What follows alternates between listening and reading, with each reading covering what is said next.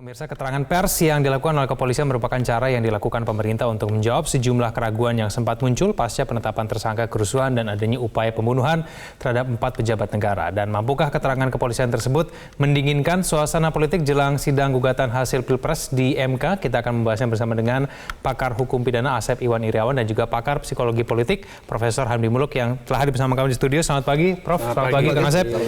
Saya ke Kang Asep dulu. Kang Asep, kita bicara keterangan pers dulu ke kepolisian ya. Ini sudah disampaikan secara terang benderang, kemudian ada sejumlah peran dari Kiflan Zain dan juga paling tidak tersangka eksekutor lainnya begitu ya. Ini bagaimana menurut Anda? Efeknya kemudian dari keterangan persnya seperti apa, Kang Asep? Di hukum itu dikenal deal naming ya, bahasa Indonesia turut serta. Turut serta ada dader, ada middle dader, ada pelaku, ada yang turut serta, ada yang membantu. Nah, segitiga aja gambarnya ya, atau piramid. Kan yang di bawah-bawah itu kemarin tertangkap 400 lebih kan? 300-400-an lah. Naik lagi, ada yang kemarin 6 orang, ada lagi 8 orang. Sekarang ada 2 orang ya, 1 orang lagi. Artinya mulai ke atas kan? Pertanyaan merucut berarti ke atas ya? Merucut ke atas. Pertanyaan sederhana, HM, kemudian KZ, ngapain ngebunuh orang? Kan kalau saya bersaing sama situ, saya bunuh langsung berhadapan kan? Ini saya sendiri? Ya nggak mungkin kan pertanyaannya. Lalu sekarang untuk dia dapat duit, diperintah dari HM, ya HM terima KZ bagikan lagi. Pertanyaannya, HM itu ngapain ngasih duit untuk ke KZ? KZ itu ngapain tuh ngebunuh? Pasti ada yang merintahin lagi kan? Nah kalau kemarin ceritanya sering saya katakan, dalangnya bukan dalang. Justru ketika ngundang dalang, yang punya hajat toh. Nah, pelaku-pelakunya pemain wayang-wayangnya sudah main di bawah kan? Justru yang dicari itu sekarang yang punya hajat. Kalau yang punya hajat, kita punya hajat kan? Saya ngawinkan anak. Kan pasti besan saya datang, mantu saya datang, keluarga saya kalau orang Padang bilang, ini mamak bundokan duang kerapatan adat, kumpul semua di situ. Tetua adat kan kumpul di situ. Pasti ada semua kan? Nah, ketika orang yang punya hajat ini melakukan hajat kan undang dalang, undang pesinden, undang dangdutan. Nah ini udah di bawah udah ketahuan kan. Nah sekarang kan baru tahap tadi. Sound sistemnya, provokatornya udah ada, oratornya sudah ada kan, operatornya udah ada. Nah sekarang tinggal dicari yang punya hajatnya. Tapi siapa? kalau cuma 2 orang, kalau HM dan juga KZ saja yang kemudian berkoordinasi, nggak mungkin. Tadi saya bilang dia hukum itu dikenal aja penyertaan, ada ikut serta membantu bersama-sama. Nah sekarang ketika orang ikut serta membantu bersama-sama, kan baru ujung akhirnya baru KZ sama HM kan? Maka sekarang pertanyaan saya, emang HM ini punya masalah sama 4 yang mau dibunuh? Apa tujuannya? Kecuali kalau salah tingkat tinggi sama tingkat tinggi kan? Berarti kan nggak mungkin dia dapat, masa ada 150 yang keluar atau 60 yang keluar, kan nggak mungkin kan? Berarti yang punya hajat. Kalau saya ibaratkan dalam hajatan ini, HM ini yang tadi baru petugas sound system gitu, yang rame-ramein. Nah, kemudian yang memainkan wayang baru 1 kan, hajat ini.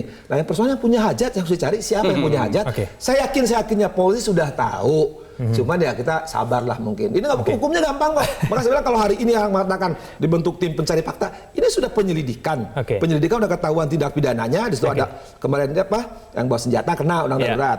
Kemudian yang nyuruh ngancaman sudah kena. Ya, kemudian juga ada yang terbunuh, kita soal lain kan. Ada kejadian, ada fakta, disebutkan ada bukti. Penyelidikan sudah ada, ditetapkan tersangka. Nah, tersangka ini sampai tadi tidak mungkin sendiri. Baik, di atasnya itu yang perlu ditanya. Baik, pencermatan Anda, Pak Fadli, seperti apa? Iya, ini kan baru awal menurut saya gitu loh. Jadi kalau kita ingin mengambil kesimpulan yang menyeluruh, nah tentu datanya juga harus menyeluruh. Nah, tapi pada titik ini baru yang dibuka ke kita. Kita tidak tahu apakah polisi sebenarnya sudah bekerja jauh lebih mengerucut lagi ke atas, gitu, mengumpulkan data-data dan fakta gitu, baru keseluruhan desain itu, petanya itu baru tergambar. Nanti sebenarnya ini maksudnya apa? Walaupun sekarang betul saya sepakat dengan Kang Asep tadi mengatakan ini HM sebenarnya ada kepentingan apa untuk memerintahkan membunuh. Tapi ada kaitannya dengan Pilpres tidak bisa dipastikan nggak itu, Prof? Paling tidak ada fakta yang sudah dimunculkan sekarang. Iya, kalau lihat dari aktor-aktornya Pak KZ kan memang dari kubu 02, ya gitu. Dan konteksnya juga ini terjadi dalam bersamaan dengan proses ada kerusuhan-kerusuhan ini gitu loh. Jadi memang ingin mengacaukan. Iya, jadi ingin membuat kekacauan begitu. Walaupun memang perlu ditelusur lebih jauh begitu. Sebenarnya apa maksudnya sesungguhnya dari dari apa ada Tapi operasi. targetnya kan 4 tokoh nasional dan 1 direktur eksekutif lembaga survei. Emangnya apa yang dicari? Kenapa mereka yang ditargetkan? Apa yang dicari? Efek politik seperti apa kemudian bisa dimunculkan dengan menargetkan 5 orang ini, Prof? Itu juga, saya juga bertanya sebenarnya apa gitu loh, efek 5 orang ini kan tidak punya kewenangan untuk bisa mengatur hasil pilpres seperti apapun kan pada saat itu juga. Ini bagaimana? Iya, ini juga harus didalami betul begitu ya. Baik. Kenapa 4 orang? Kenapa ini 4 orang ini yang mau dibunuh? 5 ya, 4 ya. 4 tokoh nasional, 1 lembaga survei ya. Iya. Kepentingannya apa begitu kan? Dan juga apa kaitannya nanti dengan seluruh persoalan kerusuhan yang terjadi pada 21, 22 ini kan, ini kan semua konteksnya hampir sama begitu.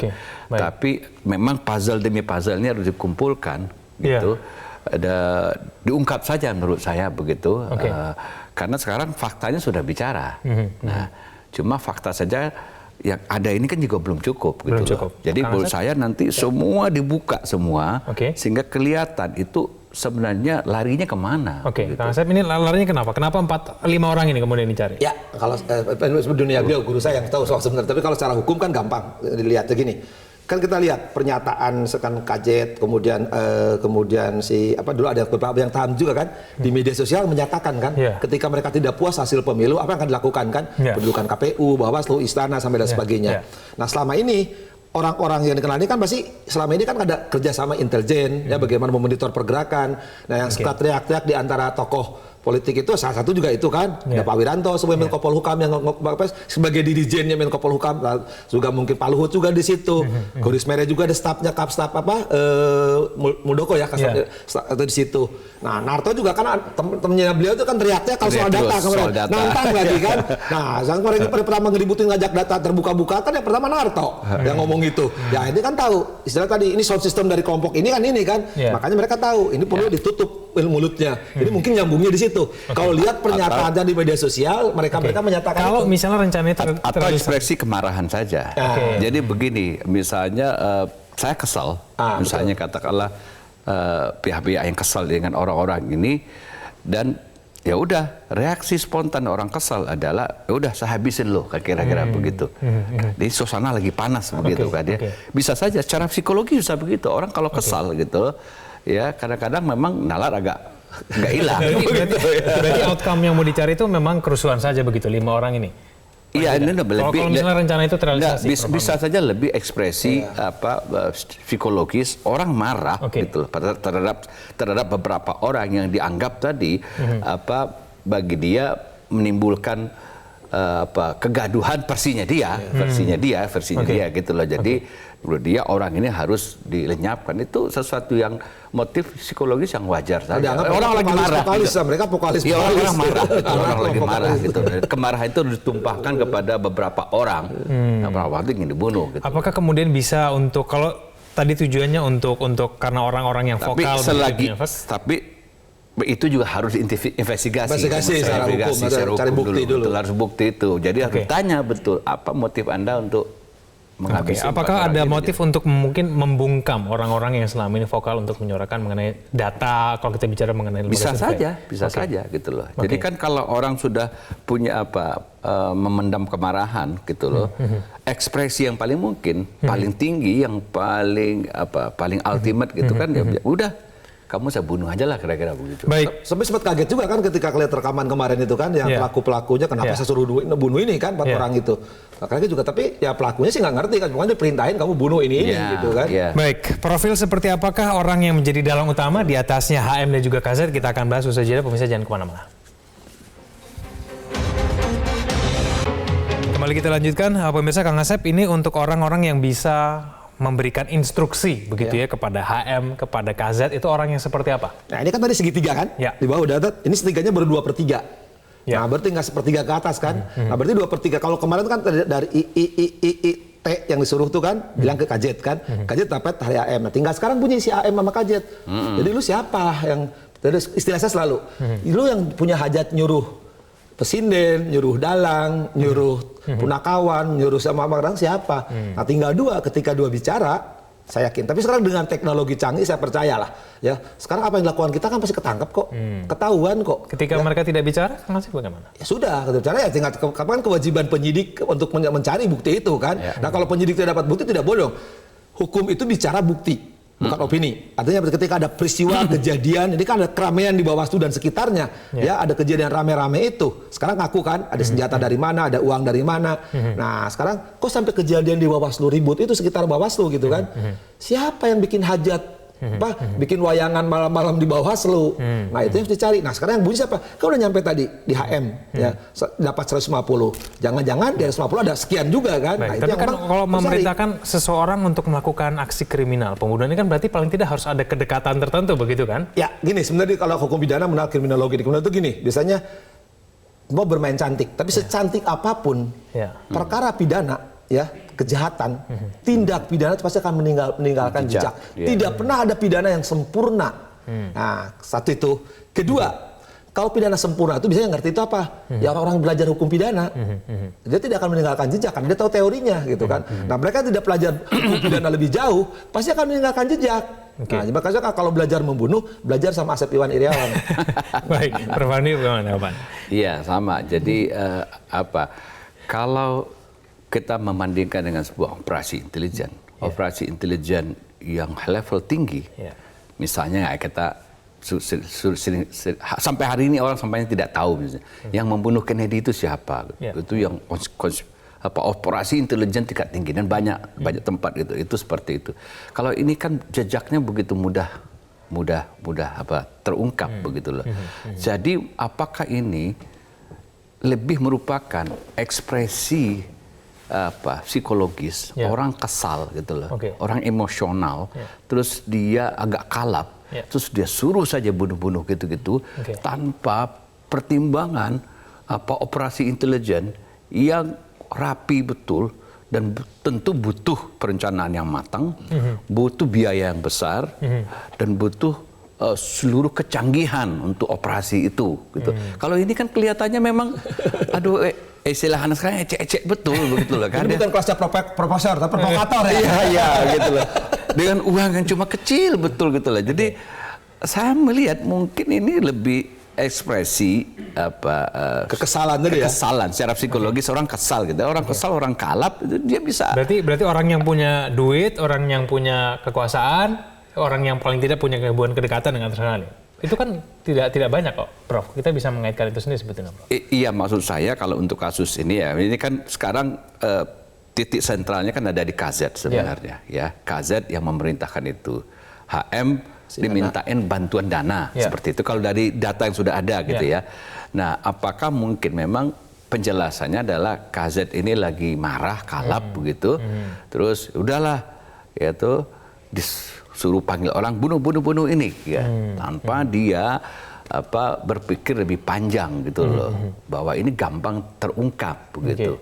Karena tidak operasi intelijen yang canggih betul gitu loh, sehingga susah diungkap. Tapi kalau jejaknya ada di mana-mana begitu. Tapi kalau untuk kayak ada 400 orang yang ditangkap pada saat kerusuhan kemarin itu kan juga tidak mudah. Itu juga menurut saya, dugaan saya itu juga agak mudah terungkap juga, karena itu jejaknya juga di mana-mana gitu loh. Kalau Anda membuat kerusuhan yang lebih susah terungkap, itu kan pelaku-pelakunya kabur ya.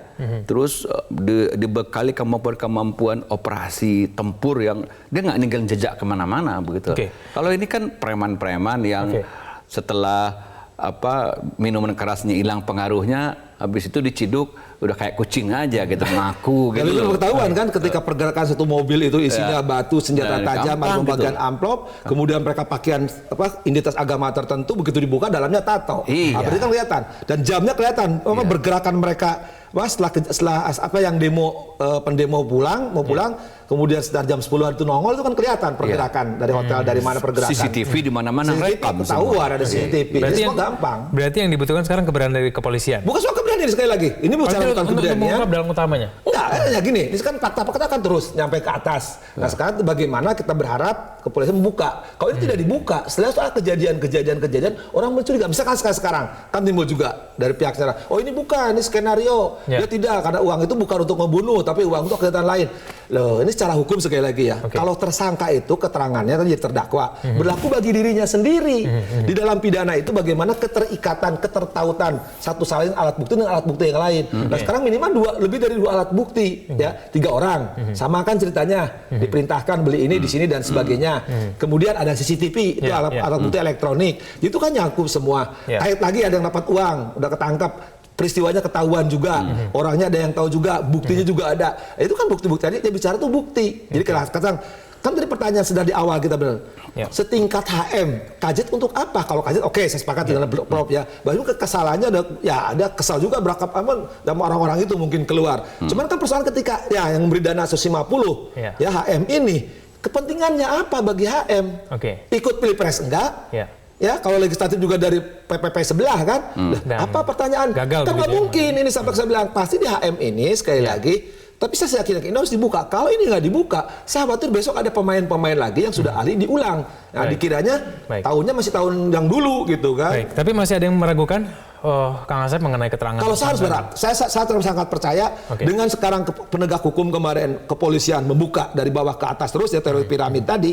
Saya yakin justru akan menjadi pertanyaan kalau berhenti sampai di HM, loh masa yang gini-gini HM modal 150 juta di bawah yang bergerak 400 yang tertangkap kurang lebih kemarin kan. Nah, kemudian ada senjata, kemudian melibatkan mantan-mantan petinggi ya yang sekarang jadi tersangka. Nah, apa modal uang segitu untuk kegiatan hajat ya di Bawaslu padahal ada hajat yang lebih besar gitu kan. Baik, closing statement Prof. Hamdi silakan. Iya, menurut saya mungkin bagi kita refleksinya begini ke depan. Sudahlah, janganlah kita berdemokrasi dengan cara-cara seperti ini. Jadi cara-cara barbar sebenarnya. Dan toh gagal juga gitu loh. Ya, lebih baik kita mengikuti semua proses. Kita sudah maju di berdemokrasi sebelum-sebelumnya sebenarnya. Kita sudah punya pemilihan umum yang prosedurnya sudah lebih bagus, walaupun ada sedikit-sedikit ketidaksempurnaan di mana-mana itu biasa gitu ya. Kita sudah juga punya peradilan yang bagus gitu loh. MK kita juga dulu fine-fine saja. Kenapa hari ini kita mundur gitu loh? Dan kita bikin kelakuan-kelakuan yang kayak gini. Toh juga kelakuan-kelakuan ini, maaf ya dengan kata saya ini kelasnya kampungan juga, gitu. Nggak berkelas juga, gitu. Operasi-operasi kampungan gini gampang terungkap, gitu. Buat apa? Konyol aja, gitu. Nanti yang kasihan orang-orang di bawah ini, yang wayang-wayang tadi itu udah jadi korban. Nah, kalau supaya nggak jadi korban, yang atas-atas yang mencoba punya imajinasi yang lain ini untuk bikin kerusuhan seperti ini, ya udah ungkap aja, buka semua. Baik, kita tunggu nanti pengungkapan selanjutnya dari kepolisian. Terima kasih Prof. Hamdi, terima kasih Kang Asep. Selamat pagi. Pemirsa, pemerintah provinsi dan pemerintah kabupaten dan kota se-Nusa Tenggara Timur sepakat untuk menutup sementara Pulau Komodo untuk revitalisasi. Informasinya usai jeda. Terima kasih.